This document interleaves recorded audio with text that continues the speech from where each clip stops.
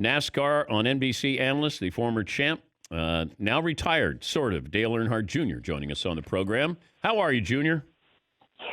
Man, I'm doing pretty good considering. Sorry for being late. I'm usually on time for your show. That's all right. That's all right. You got other things to worry about there. You were 2 minutes crazy. late. You know, I know, but it's weird how busy I am. When all this kind of went down and everybody was we've been kind of locked up in the house for about several weeks now. Took it pretty seriously from the get-go. And I thought we was going to run out of things to do, but dang, there's a lot going on around here. Pretty busy. Okay, but you have a baby at home, another baby on the way. I mean, yeah. You think you're busy now. You wait. I know. I love it, though. I really enjoy being a dad. And, that first year was pretty tough. I'm from a dad's perspective, it's tough. It's even worse, obviously, for Amy. So I don't want to complain too much, but it was. I'm looking forward to it again. We just kind of I was 2 years old, and you'd think that we would be kind of relieved that we're out of that first year, but I'm looking forward to it again. And we've always kind of wanted to have two kids, and we're just really blessed to have this opportunity, and just real scary times to kind of be going through this with everything else going on. It's got us pretty nervous and no non-essential visits, so we can't go to the doctor and get the typical normal checkups that you would get in this process. So that's made us a little concerned, but obviously, Amy's doing great, and just waiting for everything to get back to normal, and trying to stay healthy, and hoping, trying to keep everybody around us and all our families in good spirits, and then keep everything going. Gotta have patience. Yeah, gotta have patience. Thing like this. Yes, yeah. With everything, even when we move past this, just having patience when you have children, and it's the one thing that you gotta have a sense of humor and have patience, and it'll help you get through this, because you're going to have two in diapers probably, and just dealing with that and your sleep and all those things, you're going to be like, and you think driving a race car was tough. That's going to be a Sunday drive, literally, compared to what you're going through. But I did enjoy the iRacing, and explain how this came about, because Denny Hamlin was great at iRacing, and I think that's how maybe you noticed him. But how did this come about that NASCAR was going to do iRacing? Well, this software has been around for 2 decades, and it's a great service. They offer oval car racing, late models, modifieds, legends cars, about anything you can think of, street stocks, any level. They have the trucks, the Xfinity cars, Cup cars, obviously. They're even more popular on the road course side and out and globally. Like, there's so many customers on the service overseas playing at all hours of the night. I mean, this is a 24-hour process. There's races going off every hour. It's a really great service, a lot of fun. There's 125 active members right now, 125,000, I'm sorry. So it's growing, but it's been around a long time. It has. And a lot of people, 10, 20 years ago, when I'd tell people about iRacing and how realistic it was and how I used it to help myself as a race car driver, everybody pretty much in the industry would roll their eyes. So it's really funny now that everybody's flocking to iRacing, trying to get sims, trying to get on the service, trying to understand how it works, trying to get comfortable driving cars on the sim. All these people that would chuckle when I would tell them years ago about it are now diving into it head first. But it's had a relationship with NASCAR for a long time. And a funny story, I'll tell you. So iRacing was started by Dave Kramer, who is a software engineer that develops games, and John Henry, owner of the Red Sox. So John Henry's a big sim racing fan. And those two partnered to create iRacing 2 decades ago. And I put together a meeting between iRacing and NASCAR right around 2008 or so. I don't remember exactly when it was. It seems like it might have been a little later than that, 2010, 12. But anyhow, at Junior Motorsports, NASCAR comes in and iRacing comes down from Boston. They're located up there in Boston. John Henry comes. And so we're sitting there, and I'm telling NASCAR about iRacing and how important it is that we form a partnership and they get involved. And John has to step out of the office because he has to take a call because they had a blockbuster trade. Who was the player that they traded, the Red Sox traded back then? It was who did they acquire or who did they trade? No, they were trading away their best player, this huge player, big deal. Now, and this is 2008? Maybe around 2012, 2010. I forget who it was. This wasn't the Carl Crawford deal to the Dodgers, was it? No. This was like bigger than that. But anyhow, right in the middle of I'm sure you guys can figure it out. But right in the middle of the meeting, John has to get up to go talk about this trade because it's happening right now. And it was just a really interesting sort of a lot of things going on at one time. But that's how long that NASCAR and iRacing have had a relationship. And so last year, wait, NBC was this Manny Ramirez? Yes. Okay, that was 08. Right. Yeah, 2008. Yeah. All right. So I was right. 2008. Okay. So he has to get up out of the middle of the meeting to go talk about this trade, finalize, do whatever they do, right? And so I thought that was pretty cool. Anyway, maybe if you knew it was Manny Ramirez, it would have been cool. All right, you're on a roll. You're on a roll. That was 11 years ago. You've had concussions. Yeah.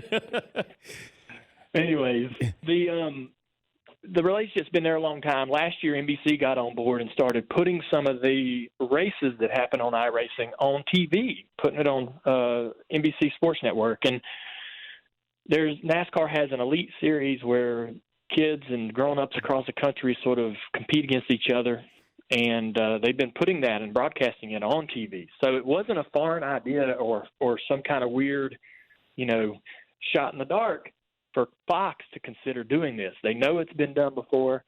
They weren't sure if they could get all the real-world drivers to buy in because a lot of these guys weren't on the sim. They didn't have the equipment, the hardware.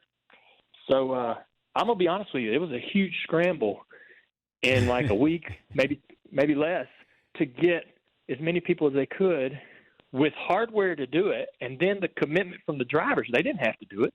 I might have been better than Jimmy Johnson. That might be the only time I'm a better driver than Jimmy Johnson, Jr.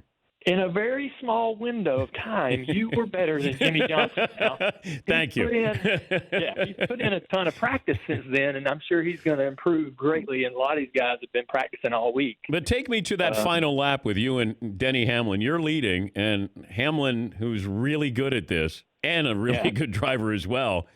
What was that all? So with 30 laps to go, I pitted for tires, and then they had another caution. With 20 laps to go, we had a caution, and I could have came down and got tires, and I should have. But I was like, it's too crazy back in the back. They're crashing, and I don't want to get wrecked out. So I'm done pitting. Wait, do you have a crew chief? No. I mean, I'm sitting on – we got Discord and TeamSpeak, which are two chat programs where we can talk to our friends. So I'm talking to my buddies, like, hey, what do y'all think I should do? But it's ultimately up to you.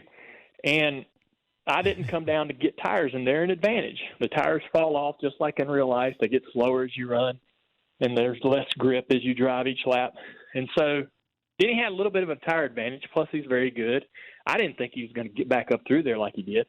I never even thought I was going to be sitting there with a shot to win, but I'm driving the car and taking the lead, and I'm thinking, wow, I might win. And then here comes Denny to spoil the fun. But you should have had a virtual fight. Well, I thought about, in hindsight, I thought, man, I should have just took him out, or I should have just ran him up the track. What's the worst that could happen? But it was a lot of fun. I've had a relationship with iRacing for a really long time, so I'm glad it was an exciting experience for everybody who was watching. Huge boost for iRacing as a platform, and they've gotten so many new customers since that. Yeah, it was pretty cool. It's been a great experience. Yeah, they did a great job. Hey, I wanted to ask you about your Redskins. How are you feeling going into the draft here? You know, are you okay with Dwayne Haskins as your starting quarterback? For sure. I mean, yes, because you could take Tua. Yeah, but I mean, you have to worry about the injury and whether he can overcome that. And I am so far removed from it that nobody but the insiders really know where Tua's at physically, right? So the concern is that you take Tua and he doesn't ever overcome that itch. Hips are serious deals, man. You know, you don't see a lot of guys come back from hip injuries and do well. But if we don't draft him and he becomes this awesome player, I mean, that's just a risk you take, and I'm willing to take that risk. But Chase Young's a gun. You know, he's an awesome player, once in a lifetime kind of. They're talking about he's like once in a decade kind of player to be drafted for that position. With the other guys that we drafted on defense, especially the defensive line over the last several years, it would just make us really tough on the front line there. Did you ever think about changing teams? No. I mean, it could get a whole lot worse. I'm not even came close to considering it. But, there's just not any other teams out there that really appeal to me. And I've gotten so much I've been a Redskins fan since 81 or 82, and I'm too invested, and it is what it is. So not Carolina. I mean, you never thought about maybe switching your allegiance to Carolina? That's too close to home. Good Lord. I mean, imagine being a Carolina fan and them having the last couple of decades that the Redskins have had, and you just living right underneath it. I don't know if that'd be any better. You need your distance. At least where I'm at in North Carolina, it's up there in D.C. And I'm frustrated and I'm upset, but it's not right under my nose here. You got names picked out for the next baby? Well, we had a boy's name picked out. What was that? The first one that we didn't use. I can't tell you that. Why? Because you're having another girl. Oh. No, I don't know that. Oh, you don't? I thought your daughter said that she was going to be a big sister, so you don't know if you just had the same exact reaction that I had, Dan, in the moment. Dan, you got to be better than this. You've had days and weeks to see this video and get it. Like, how could you fall for it the way I did? Okay. I mean, yeah, we both fell for that. See now I don't feel so bad. But I walk in and she's got this shirt that says Big Sister or something on there. I don't know what it said, something about sister. I'm like, how do you know it's a girl? Incredible. And it took me a second to think, like, of course she doesn't know it's a girl. We don't know what it is. I was the sister. You know what? I'm thinking Trey Earnhardt. No. I mean, I've got some friends that are Trey, so I don't want to say anything. Oh, okay. How about just 3? Say what? 3. The number 3? Yeah, just the car number 3. Just call him. Absolutely. No. Okay. We've got a name. It's going to be fine if it's a boy. Now, if it's a girl, that was really hard to figure out. Well, you could call her Theresa, like the number 3. So what, Paulie? Dale, all the NASCAR drivers refer to each other like, the 48 car, the 24 car. Name your son 3. The 3's got to take out the garbage. No, it's not happening. All right, so you have a boy's name picked out already. Yeah. And you don't have a girl's name picked out. That took us the entire 9 months when I was in Amy's little belly there. It took us forever to figure out a girl's name, and Amy did it. I had no assistance or help in that, but I imagine that it'll be tough to figure out another girl's name that we like. I don't know why, but that was just tough. That was just a real challenge. Are you racing this weekend? iRacing? When so we did that race last week with Fox, big success, and now they want to do it every week, right? And that's great, and the fans can enjoy it, and a lot more drivers are getting involved. I know that Truex is trying to get going. Harvick's coming in. You know, there's you won't be surprised to see Tony Stewart pop in. A lot of guys are jumping on that weren't there last week. So this thing's going to keep going each week. I've not made like a hard commitment to run every single race. I just kind of have to wait until Sunday and see what's going on in my house. I'm kind of a game time decision. But I plan on racing. But, I mean, if something's going on and I can't physically do it, you know, there's other things going on around here that need my attention. I'll have to do those. But, yeah. That's good. That's good. You got other priorities there. Congrats again on baby number 2. And once again, if you want to take 3, I don't want any credit. And if it's a girl and it's Theresa, I'm okay with that as well. I'm sure Amy will be very happy to hear my suggestions. And I'm never going to tell her about this. Oh, you're not? No, she's not need to hear all that. Okay, that's probably best. We keep it between us. Hey, great to talk to you again, Junior. Thank you. All right, guys. Y'all take care of yourselves, okay? That's Dale Jr., former NASCAR driver, maybe current NASCAR iRacing driver.